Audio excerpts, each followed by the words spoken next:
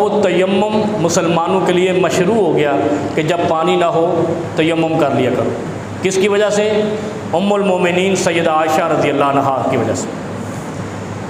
اسی طرح قرآن کریم میں کچھ لوگوں نے جب وہ ہار گم والا واقعہ آیا تو کچھ منافقین نے سیدہ عائشہ ام المومنین رضی اللہ عنہا پر الزام تراشی کی کہ یہ پیچھے کیوں رک گئی.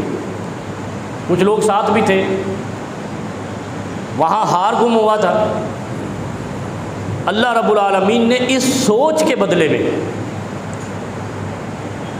پیغمبر کائنات اللہ کے محبوب ہیں اور محبوب کا گھرانہ بھی اللہ کو محبوب ہے، محبوب کی ہر ادا بھی محبوب ہوتی ہے. جب وہ پیچھے رہ گئے تو کچھ منافقین نے الزام تراشیاں شروع کر دی، سوچنا شروع کر دیا پتہ نہیں کیوں پیچھے رہ، جیسے ہم کہتے ہیں پتہ نہیں کیوں ادھر گئے. اللہ رب العالمین نے آیت قرآن کریم کی سورہ نور میں اتاری، ان الذین یرمون المحصنات الغافلات لعنوا فی الدنیا والآخرہ. اب اس آیت کو دیکھیں. اللہ کہتا ہے کہ جنہوں نے میرے محبوب کی زوجہ پہ، بیگم پہ، بیوی پہ الزام تراشی کرنے کی کوشش کی ہے، اللہ رب العالمین نے ان کو لعنتی قرار دے دیا ہے، دنیا میں بھی اور آخرت میں بھی. لہم عذاب عظیم، دنیا میں وہ لعنتی ہیں اور آخرت میں ان کے لیے عذاب عظیم ہے. کس پر؟ جنہوں نے ام المومنین، مومنوں کی ماں، اس پر الزام لگایا ہے. اب اس قضیے کو سمجھنا ذرا. کچھ دنوں سے ایک فتنہ ٹائپ کا آدمی، جس کا میں نے پچھلے مہینے بھی اظہار کیا تھا، پچھلے جمعہ بھی اظہار کیا تھا، وہ معاشرے میں آگ لگانے کی کوشش کر رہا ہے فرقہ واریت کی آڑ.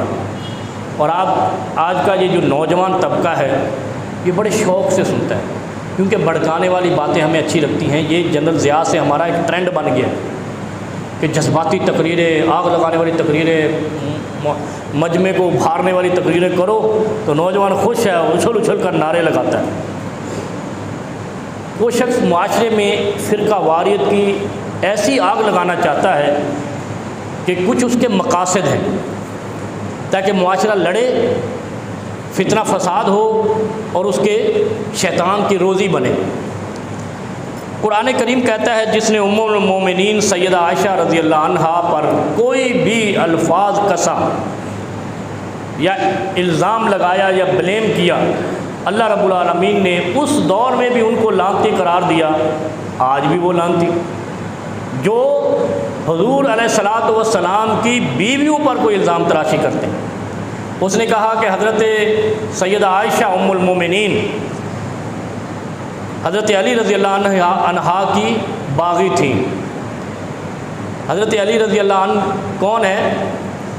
اہل بیت میں سے، اہل بیت میں سے ہیں، صحابی بھی ہیں، امتی بھی ہیں، مومن بھی ہیں، ساری خوبیاں ہیں.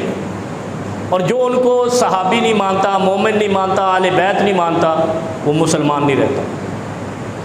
اسی طرح جو سیدہ عائشہ رضی اللہ عنہا کو مومنہ نہیں مانتا، زوجۃ الرسول نہیں مانتا، ام المومنین نہیں مانتا، وہ بھی کافر ہے.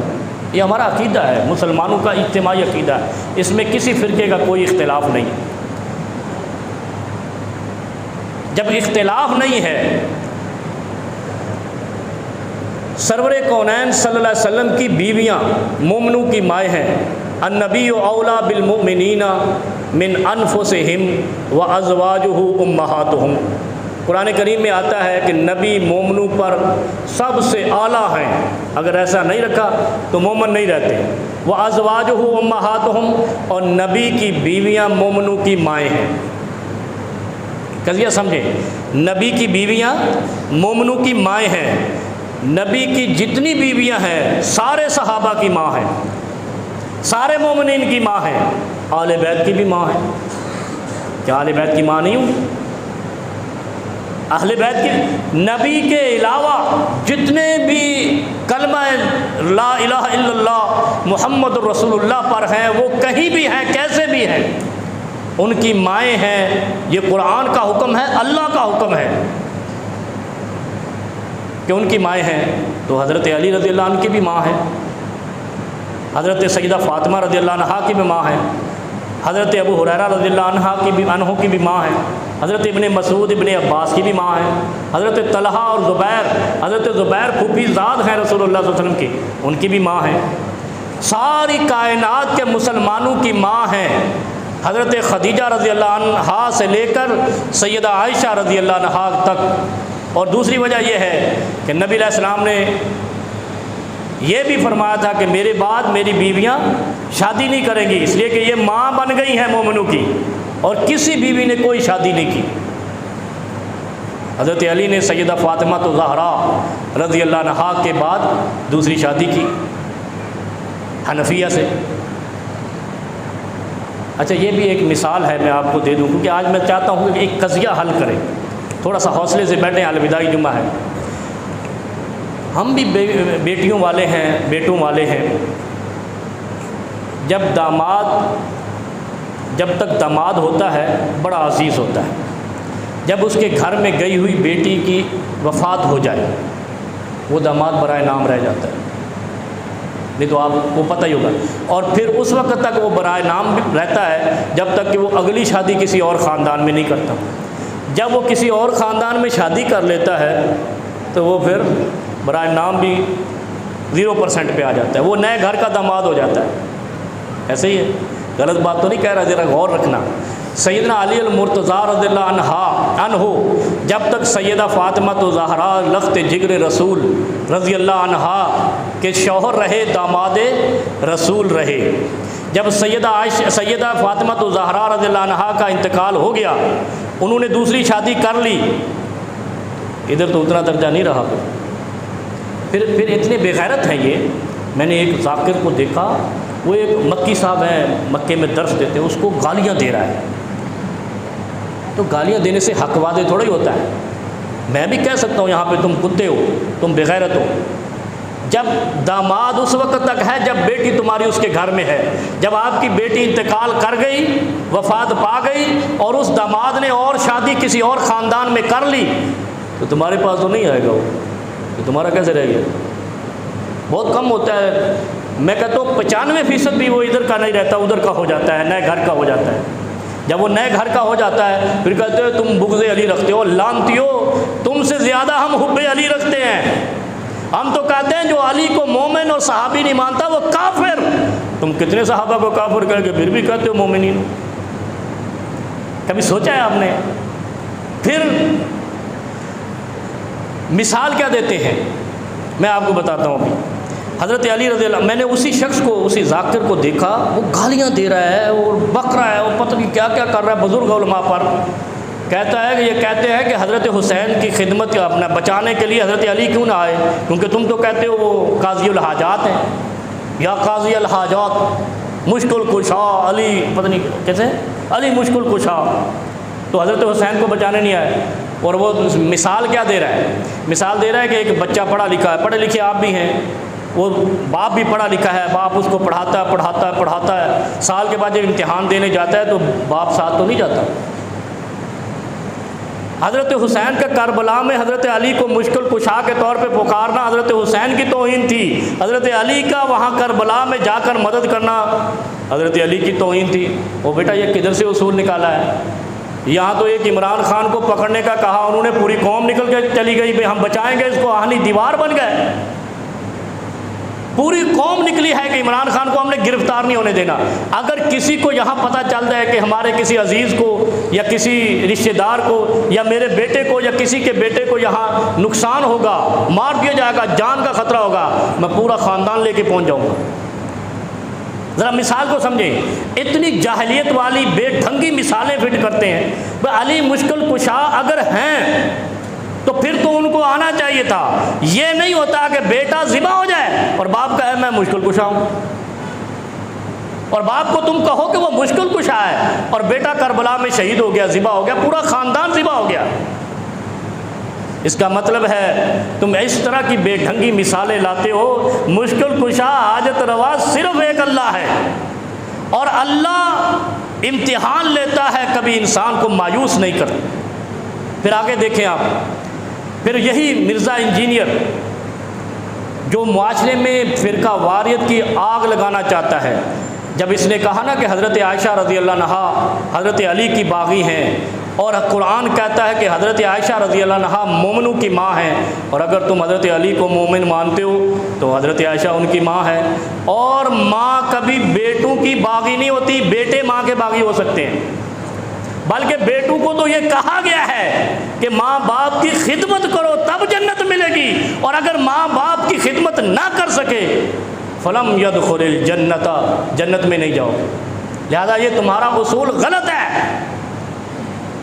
علی ہوں یا عمر ہوں یا عثمان ہوں رضی اللہ عنہم، جتنے بھی صحابہ ہیں حضور کی بیویاں ان کی ماں ہیں، اور ماں کا درجہ دیا ہے. پھر حضرت طلحہ رضی اللہ عنہ اور حضرت زبیر رضی اللہ عنہ، سیدہ عائشہ رضی اللہ عنہا یہ صلح کرانے گئی تھی، جنگ کا حصہ بننے نہیں گئی تھی. اور بڑے ہمیشہ صلح صفائی کے لیے جاتے ہیں، کسی کو نیچا دکھانے کے لیے نہیں جاتے. یہاں بھی جرگے جتنے ہوتے ہیں ان میں بڑوں کا کردار صلح صفائی کا ہوتا ہے. پھر وہ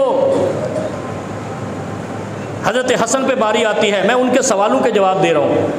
حضرت حسن کے باری آتی ہے، وہ کہتے ہیں حضرت حسن صلح جو نہیں تھے. یہ گستاخی نہیں ہے، توہین مذہب نہیں ہے. نبی کائنات کہتے ہیں کہ میرا یہ بیٹا 2 گروہوں میں صلح کا سبب بنے گا. وہ کہتا ہے یہ صلح جو نہیں تھے. کیوں نہیں تھے؟ اس لیے کہ حضرت حسن حضرت معاویہ کے مقابلے میں 40,000 کا لشکر لے کر گئے تھے، اور حضرت معاویہ کے ساتھیوں نے مشورہ دیا آپ ڈر جاؤ، آپ جو ہے نا بہت بڑا لشکر آ گیا، صلح کر لو. تو بے وقوفو او احمقو، کبھی مغلوب غالب کی شرائط پہ صلح کرتا ہے یا غالب مغلوب کی شرائط پہ کرتا ہے؟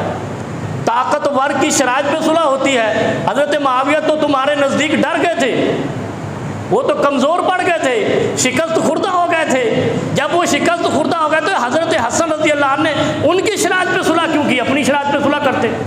اور کیا شرط لگاتے؟ تم یہ تخت چھوڑو گورنری کا. میں نے کہا میں غالب آ گیا ہوں. لہذا حضرت معاویہ کی شرائط پہ صلح نہیں ہو سکتی تھی، حضرت حسن رضی اللہ عنہ کی شرائط پہ صلح ہو سکتی تھی. لہذا تمہارا یہ اصول بھی غلط ہے، تم قوم کو صرف بہکا رہے ہو، گمراہ کر رہے ہو. پھر حضرت حسین رضی اللہ عنہ کی باری آتی ہے.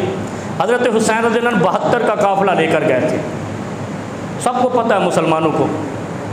جب وہ 72 کا قافلہ لے کر گئے تو وہ 40,000 کہاں تھے جو حضرت حسن رضی اللہ عنہ کے ساتھ گئے تھے؟ کبھی پوچھا ان سے؟ کیونکہ مرزا نے ڈیوٹی لی ہے کہ اس نے شیطانیت پھیلانی ہے، فرقہ واریت کی آگ لگانی ہے.